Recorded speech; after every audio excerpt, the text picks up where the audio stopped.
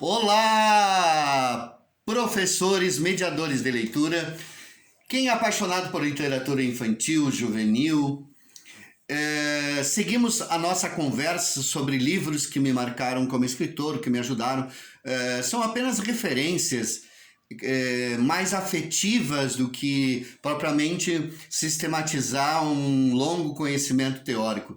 Livros que de alguma maneira me fizeram pensar aspectos importantes da literatura para a infância e para a juventude. O livro de hoje é Fadas no Divã, um clássico da Diana Lichtenstein Corso e Mário Corso, dois psicanalistas.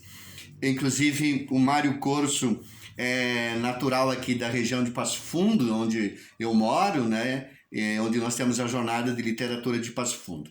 Esse livro, ele vem inspirado no Bruno Bettelheim, né, que já havia escrito um livro sobre o tema, mas a grande qualidade desse livro, primeiro, é que eu acho que o Bruno ele idealiza muito a questão dos contos de fadas, como um aspecto restritivo de abordagem psicanalítica, e outra questão que ele trabalha apenas os contos de fada clássico. O Mário e a Diana, eles vão muito além, trazendo contos contemporâneos, por exemplo, falando do Peter Pan, falando das histórias da Disney, falando de Harry Potter.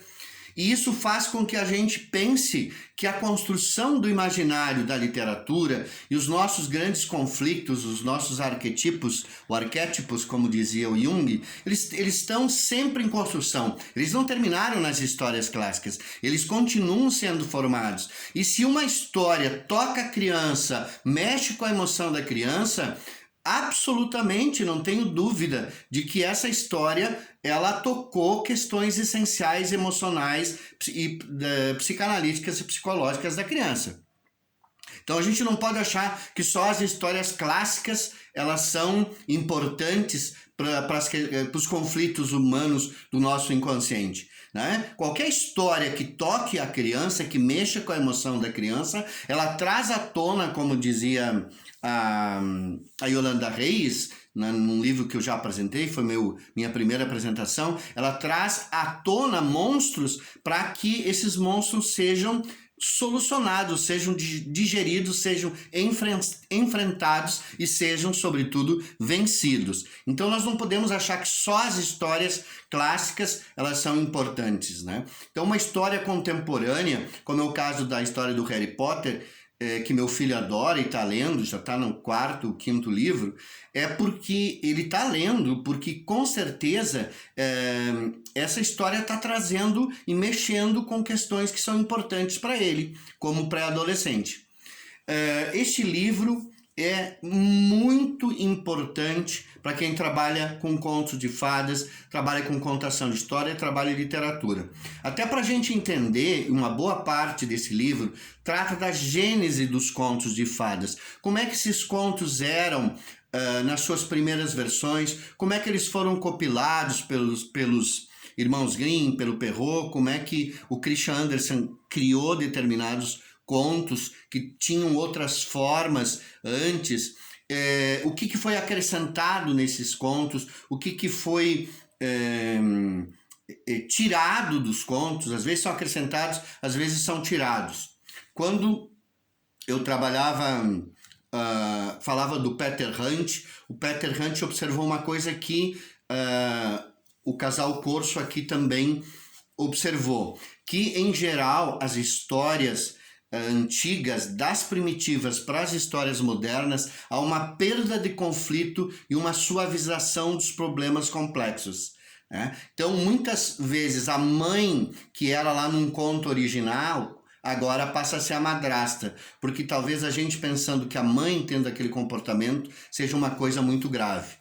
Eu vou ler alguns parágrafos desse livro.